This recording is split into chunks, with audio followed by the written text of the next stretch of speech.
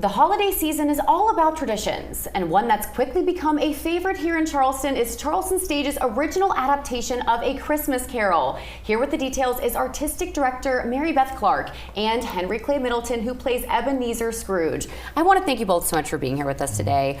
When we talk about A Christmas Carol, this is the third year that it's been performed consecutively at Charleston Stage.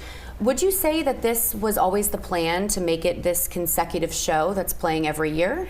I would say it's more of a happy surprise. We have done Christmas Carol on and off for all 47 years, but we did make a big investment 2 years ago in updating the music and making things a little more up-tempo and some beautiful sets and costumes. And we've had such a large response that we're going to hold on to it for a couple years, and then we'll do some rotation and bring some other things back. But it'll be here for a few more years. And now every year you try to keep it fresh and add new little elements. What are some of those new things that we can look forward to? Well, that big investment to start means that when we add new actors, we can really focus on those individual costumes. So there may only be 4 or 5 brand new, but they're very intricate. And this year we decided to mix up how those spirits show up. That's part of the magic and surprise. So if you saw it last year, you never know where they're going to come from. I'm so excited to see it. Now, one thing that is not new is Clay will be playing Ebenezer Scrooge, and you played him last year. I did. Talk about your approach to how you play such a character of this magnitude, a classic character. Well, staying true to who he is, but my approach also is to figure out the why. Why does he act the way he does? Why is he so mean? Why is he so despicable? And usually when you see people act that way, they're hiding something. And I think he's a man that has a lot of hurt, a lot of regret in his life, and he covers it up with this attitude, this meanness that does not serve him in the long run. Is there any difference from how you will approach playing him this year versus last year?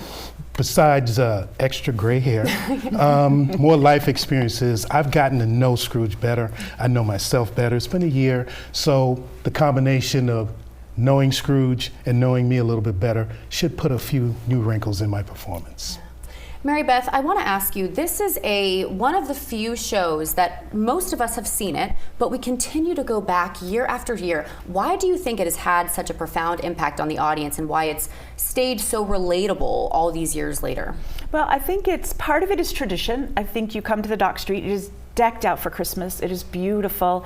You hear the music, you hear the story, but we're also finding we have people in the audience who saw it as a child who are bringing their children and their grandchildren. So it's a tradition that we are happy to share and to see our audiences grow. There are a lot of people who their very first show at Charleston Stage was A Christmas Carol, whether 2 years ago or 42 years ago. Yeah, that's very special. And Clay, I want to ask you, what is your favorite part about this production in particular? The favorite part, I guess, the reconciliation. I think we all would love to be a fly on the wall of our lives and see how our actions affected other people. So I think that part, just that whole process of seeing how people really feel about you, whether you want to hear it or not, and realizing that there's some things I got to change about myself in order to continue. I think just that whole process was my favorite part, just seeing him, and he never leaves the stage. So the audience gets to see him change slowly but surely.